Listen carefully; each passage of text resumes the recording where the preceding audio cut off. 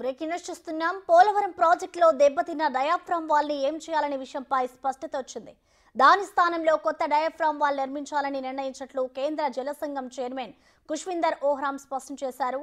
పాత diaphragm wall కు మరమ్మతులా లేక కొత్త డయాఫ్రామ్ వాల్ నిర్మాణమా అన్న చర్చ ఇక అవసరం లేదని ఆయన తేల్చి చెప్పారు.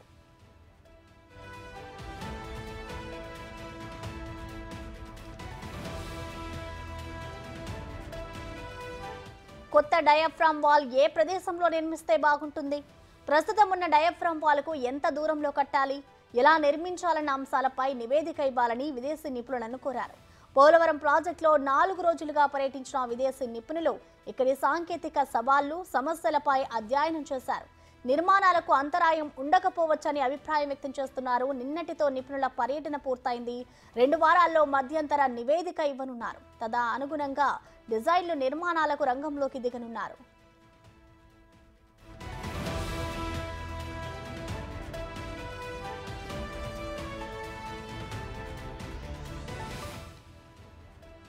పోలవరం ప్రాజెక్టులో దెబ్బతిన్న డయాఫ్రామ్ వాల్ ని ఏం చేయాలనే విషయంపై స్పష్టత వచ్చింది. దాని స్థానంలో కొత్త డయాఫ్రామ్ వాల్ నిర్మించాలని నిర్ణయించినట్లు కేంద్ర జలసంఘం చైర్మన్ ఖుష్విందర్ ఓహ్రామ్ స్పష్టం చేశారు. పాత డయాఫ్రామ్ వాల్ కు మరమ్మతులా లేక కొత్త డయాఫ్రామ్ వాల్ నిర్మాణమా అన్న చర్చ ఇక అవసరం లేదని ఆయన చెప్పారు. నిర్మాణాలకు అంతరాయం ఉండకపోవచ్చంటూ కూడా ఆయన అభిప్రాయం వ్యక్తం చేశారు.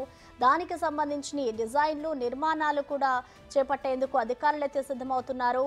ఇప్పటికే 4 రోజుల పాటు కూడా అంతర్జాతీయ నిపుణుల బృందం పోలవరం ప్రాజెక్ట్ని పరిశీలించింది. ప్రాజెక్ట్ని పరిశీలించిన అనంతరము ఒక నివేదికనైతే ఇవ్వనున్నారు. నిర్మాణాలకు అంతరాయం ఉండకపోవచ్చంటూ కూడా వారు అభిప్రాయం వ్యక్తం చేస్తున్నారు. నిన్నటితో నిపుణుల పర్యటన కూడా పూర్తయింది. దీనికి సంబంధించి 2 వారాల్లో మధ్యంతర నివేదిక కూడా ఇవ్వనున్నారు. దానికి సంబంధించి డిజైన్లు, నిర్మాణాలను కూడా రంగంలోకి దిగనున్నారు.